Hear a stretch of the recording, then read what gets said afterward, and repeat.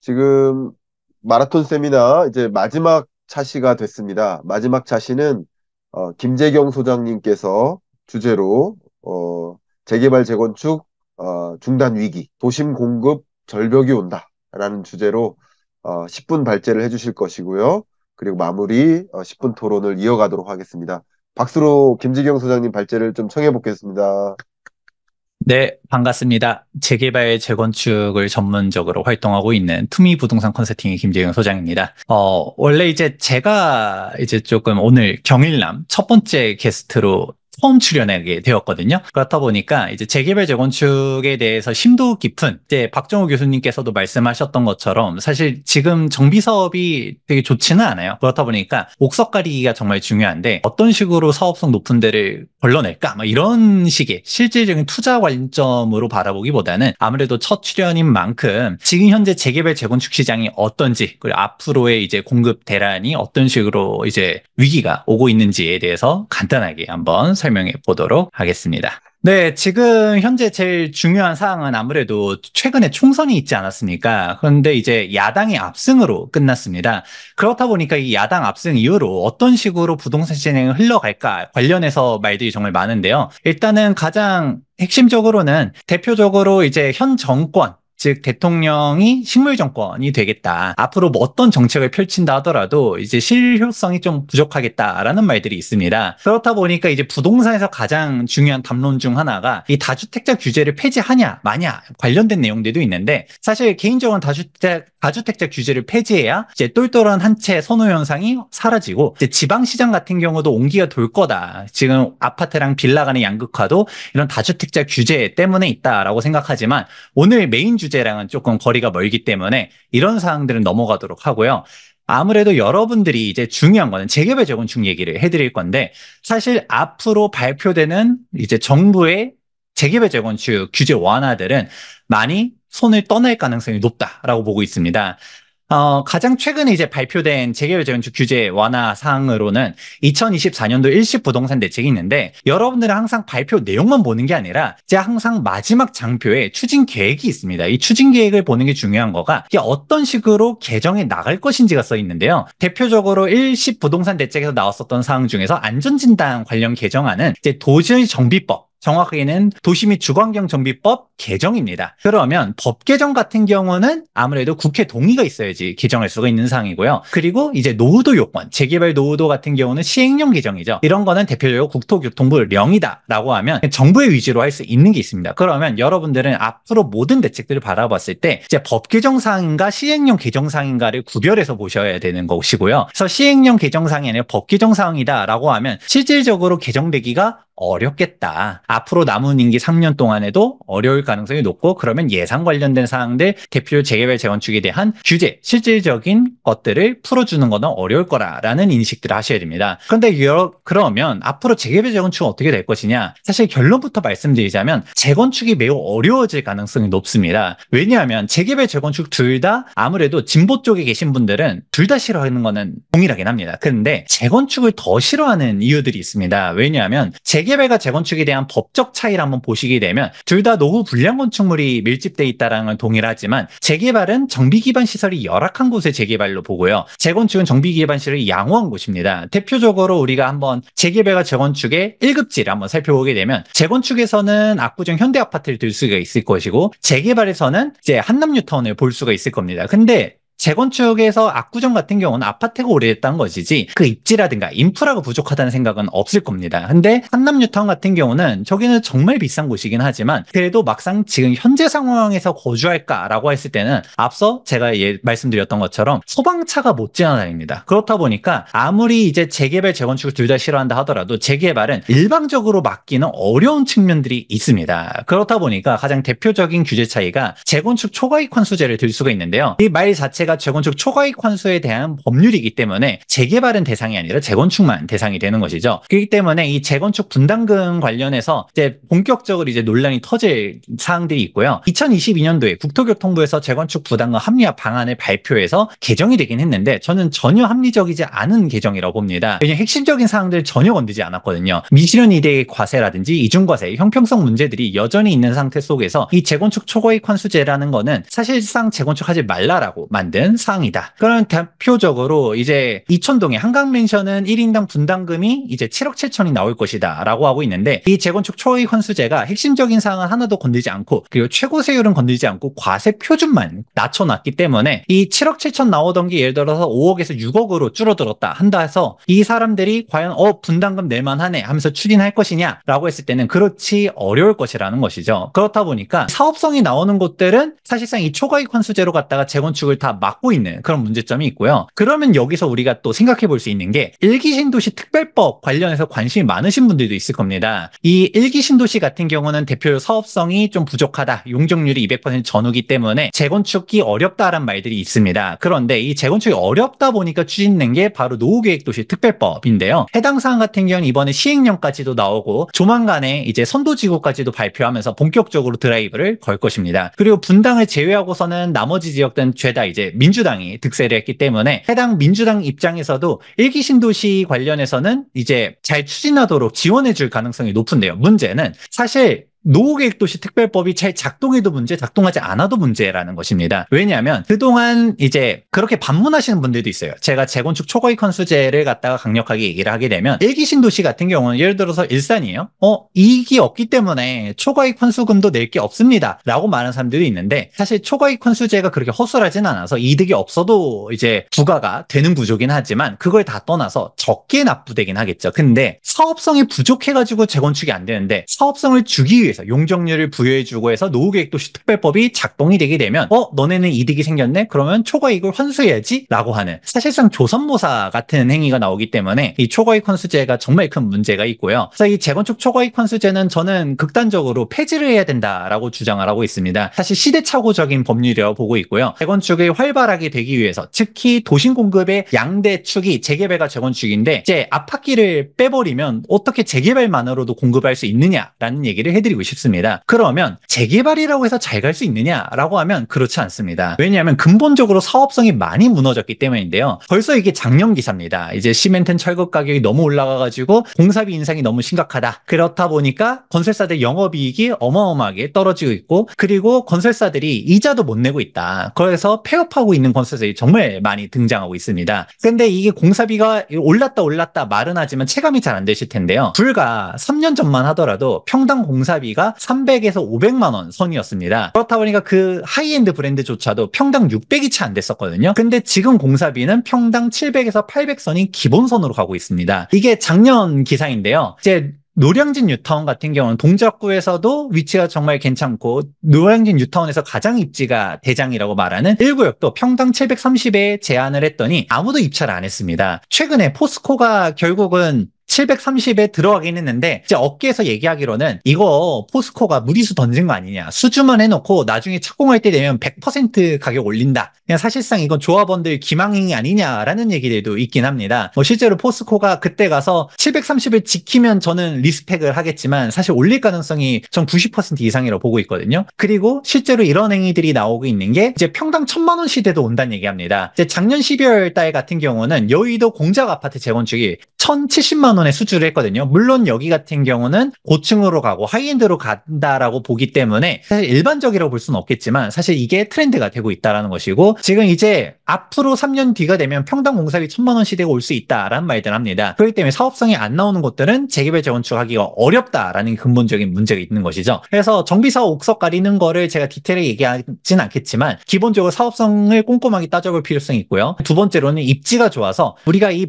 결국은 분당을 납부한다 하더라도 하더라도 여기는 가치가 있다라고 하는 곳들만 갈 가능성이 매우 높게 됩니다. 그러면 이제 어떻게 될까요? 재개발 재건축 규제를 풀어주지 않는 현상이 계속되게 되면 2, 3년 뒤에 수도권이라든지 아니면 우리가 주요 도심지에 대한 공급 절벽이 올 거라고 보고 있습니다. 사실 이게 입주 물량만 본다 하더라도 2024년, 2025년도 같은 경우를 서울만 놓고 봤을 때는 그래도 2만에서 3만 세대 정도가 입주를 하는데 26년도 같은 경우는 사실 몇천 건으로 확 떨어지게 됩니다. 그렇다 보니까 이 공급량 문제가 정말 심각하게 되는데 물론 이 통계는 계속적으로 집계가 되고 있고 앞서서 이광수 대표님이 얘기하셨던 것처럼 사실 입주 물량에 대해서 로스가 있었다라고 말하는데 제가 질문 드려보니까 서울에 그러면 공급 누락이 몇인가요? 라고 하니까 뭐 만에서 2만 세대 정도 되지 않을까라고 말씀을 하셨어요. 그러면 그게 사실이라고 하면 사실 2024년도나 2026년도나 비슷하다라고 볼 수도 있을 거고 아니면 진짜 없을지는 한번 지켜보셔야 될 텐데 근데 사실 서울 같은 구도심 같은 경우 여러분이 놓치는 것 중 하나가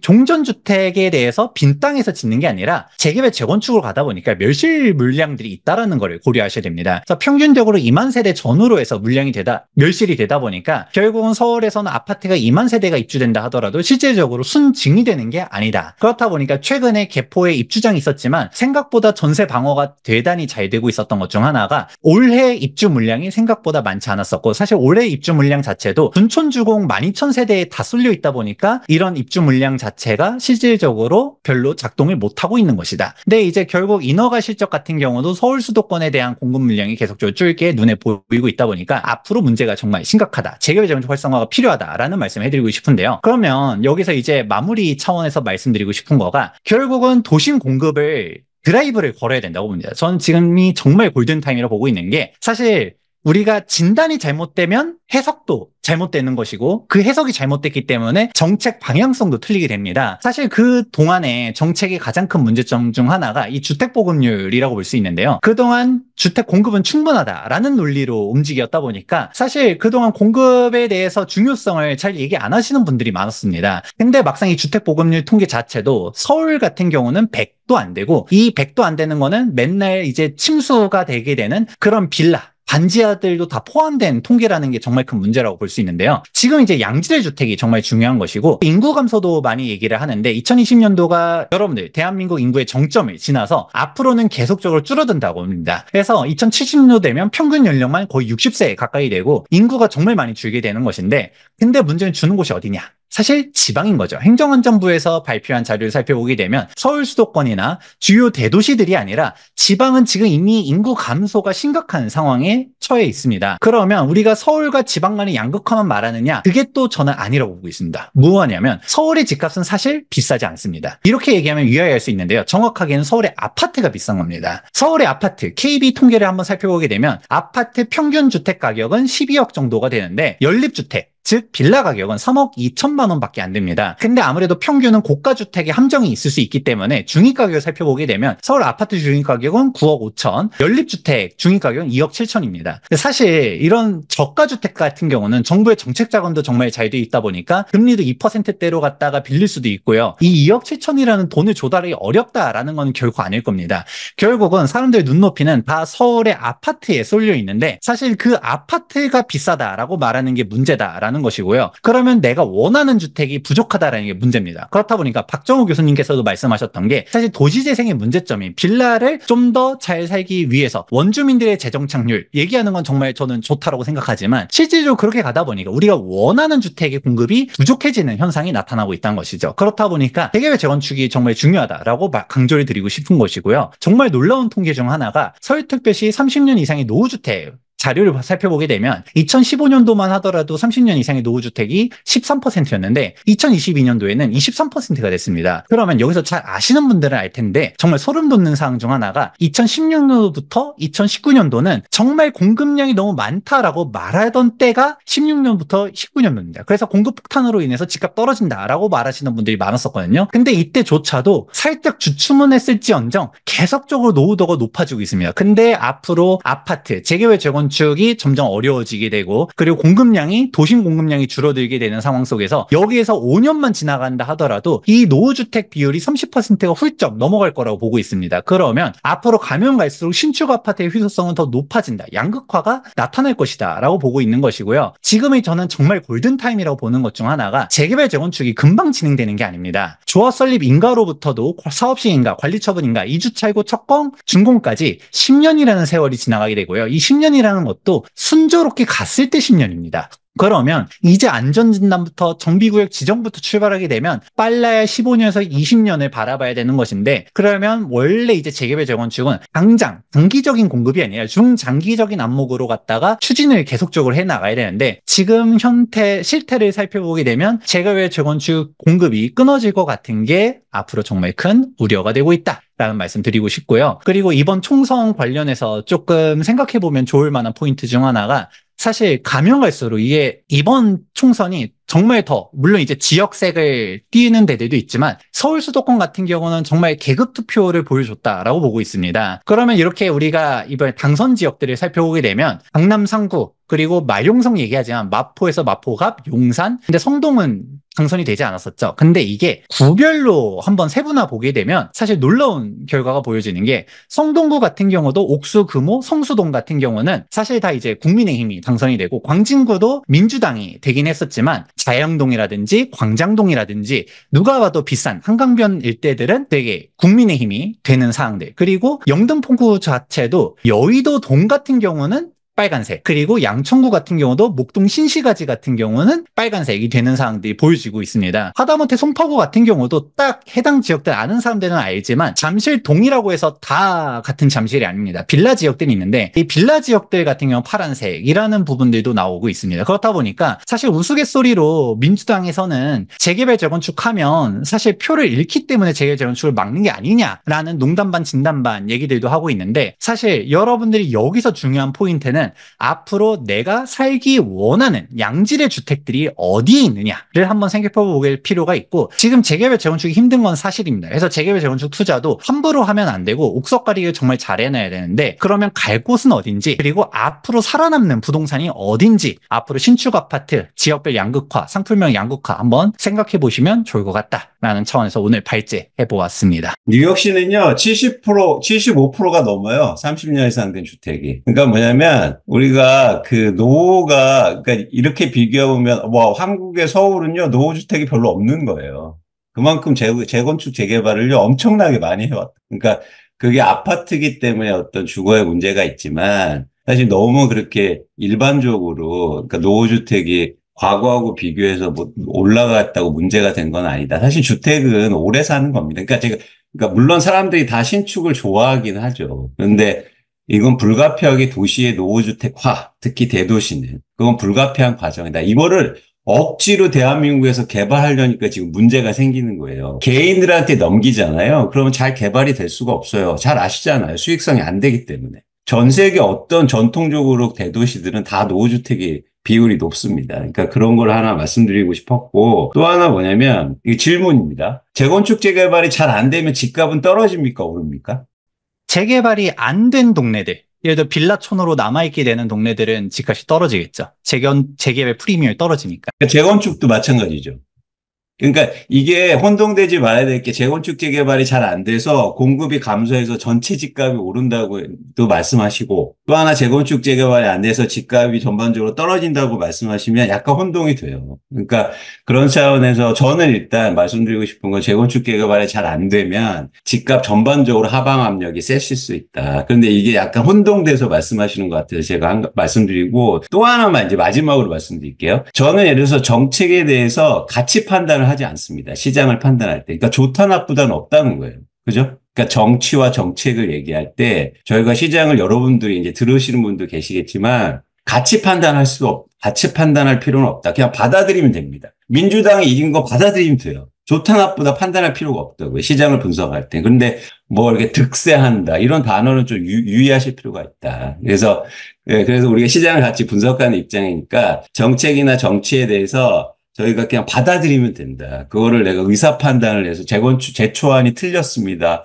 개인적으로 옳습니다. 이거는요, 시장을 판단할 때 크게 도움이 되는 것 같지 않아요. 그러니까 들으시는 분들도 꼭 그 점에서 좀 아셨으면 좋겠다. 그래서 가치가 들어가면 안 된다는 거죠. 제가 가치 얘기를 한 적이 없잖아요. 그냥 팩트만 얘기도 숫자만 얘기도 전망을 하면 된다. 그래서 그런 말씀을 그냥 제가 약간 시장을 먼저 분석하고 그리고 같이 우리가 그러니까 같은 일을 하는 입장에서 한번 말씀드리고 싶었어요. 제가 말씀드리고 싶었었던 핵심은 이광수 대표님 의견에 동의합니다. 재개발 재건축이 무너지게 되면 그럼 재건축이라는 기대감이 무너진 아파트들 가격이 떨어질 것이고요. 그리고 재개발에 대한 기대가 있었던 빌라 가격을 떨어질 겁니다. 그렇기 때문에 제가 앞서서 얘기한 게 지금 재개발합니다, 재건축합니다 라는 얘기만 듣고서 무지성 투자하면 안 된다라고 말씀드리는 거고요. 그런 데들은 사업성 체크 제대로 안 하면 정말 큰 낭패를 볼 가능성이 높다고 봅니다. 그러면 제가 최종적으로 말씀드린 이제 신축 아파트 희소성 관련해서는 결국은 사이클이 있다라고 봅니다. 재개발이든 재건축이든 그전에는 아파트나 이제 노후 주택들이 늘어나게 되면 재개발 재건축이 되겠지라고 인지를 하게 될 텐데 이 사이클이 한번 깨지게 되면 그러면 지금 있는 신축 아파트가 마지막 신축이겠네? 라는 생각을 할 수가 있다는 것이죠. 그렇다 보니 지금 재건축 지역 같은 경우도 보면 노원구에 있는 상계주공, 중계주공 같은 경우는 정말 곡소리가 나오고 있는데 당장 똑같은 80년도에 조성됐었던 목동 신시가지 같은 경우는 목동 대장이 이제 목동 7단지거든요. 여기 30평대가 25억 실거래가를 넘겼습니다. 즉 사람들이 누가 봐도 사업성이 있는 곳들은 지금 가격대들이 다 정고점으로 가고 있는 게 이제는 갈 곳만 간다 하면서 쏠리고 있기 때문에 이제 아까 말씀하신 것처럼 전반적인 큰 틀, 아까 말한 것처럼 이제 재개발 재건축이 안 되는 곳들은 가격이 떨어질 것이다. 그러면 살아남는 곳들만 올라갈 가능성이 높지 않을까? 아까 말한 희소성 그리고 구축 아파트들이 더 늘어나고 신축 아파트에 살고 싶은 사람들은 즉 내가 거주 가치가 있는 양질의 지역들로 몰려갈 가능성이 있지 않을까라는 얘기 말씀드리도록 하겠습니다. 아마 김재경 소장님하고 이광수 대표님은 제가 따로 재개발 재건축이라는 주제를 놓고 한번 토론을 해보시면 어떨까 의견을 드리고 저희가 목표한 시간을 이미 초과해서 제 말은 좀 아끼고 박정호 교수님 혹시 코멘트나 질문 있으시면 마지막으로 부탁드립니다.